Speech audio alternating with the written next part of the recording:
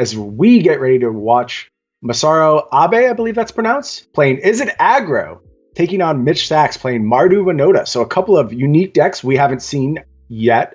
I've seen Is It Aggro decks like this floating around for a little while now. I was very high on builds trying to leverage Lord Drakis. This is a different look, though, and these decks have potential. I am telling you, there is something to be said for these Is It tempo decks. Yeah, I completely agree. That said, they're extremely difficult to build. Like, the sandbox for these Is It cards is just so massive. And you know, you kind of alluded to this in previous articles or podcasts about how, you know, traditional like Arclight Phoenix or, you know, these big turn Is It decks that like need to do a bunch of stuff, spin their wheels, and then get a payoff of, you know, one threat. It just doesn't work. You know, if you're competing with, you know, Nissa and Uro and things along those lines.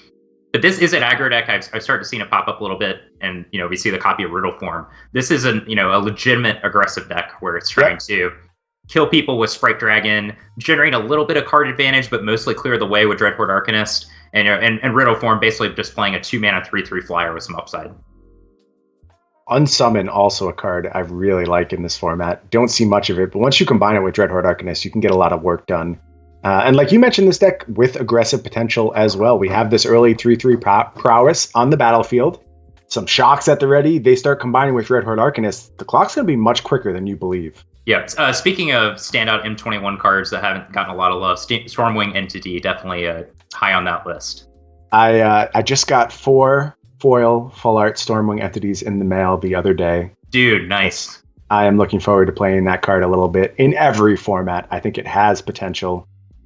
Can be just about everywhere. I think we're in game 3 of this match right now. I didn't realize that. It looks like both players are a game apiece.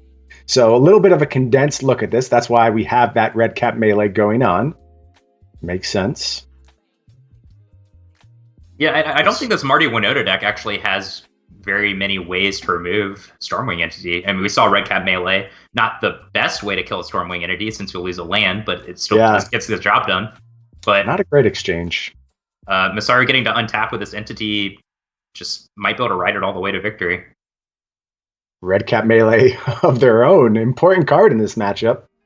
A little bit underappreciated as far as those sideboard cards go, I think. Yep, Winoda, a huge target. Torbrand, a huge target. Yep. Just Devout Decree. Going to go ahead and clean up that Arcanist. But the Stormwing Entity remains.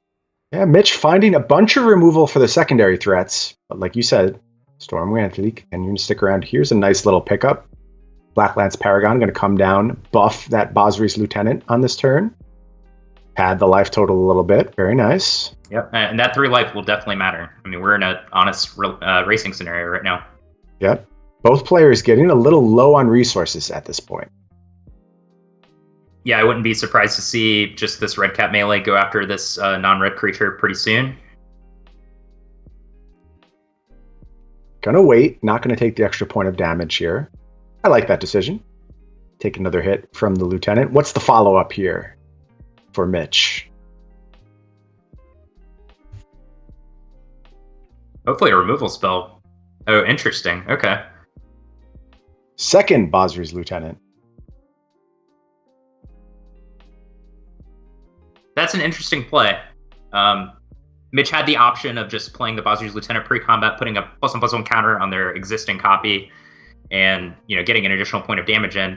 Recognized that it was possible that their opponent had a copy red cap melee, just try to get the 3 points in and succeeded. Yeah. Good read from Mitch. Here's a nice one from Masaru. Unsubstantiate. Yep, similar to Unsummon, as you just mentioned, but this has the added benefit of being able to go after big spells like Nissa Shakes the World, for example, maybe.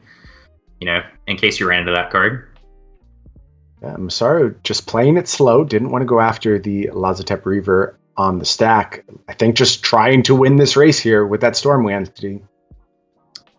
Yeah, this is kind of a big decision, whether you want to cast your 2-mana card. You might get choked on mana on the following turn. There's Crash Through. And Bone Crusher Giant off the top. Just going to go ahead and put 4 up with Entity. But as the race stands, Masaru is winning. just has to survive this turn. Oh, and that just became complicated, but unsubstantiate at the ready for Masaru. Gotta love the way he played that turn. Yep. Left himself with the perfect out, and now we get the swing back, and we know Masaru holding lethal with that stomp. Really nicely played game on both sides, honestly. Impressed with both players. Yeah, Mitch getting that three points of damage in, making the race really close. But just had no answer to the Stormwing entity. Yeah, Stormwing entity able to get the job done, justifying my purchase of beautiful, shiny, foily copies. I have to tell you,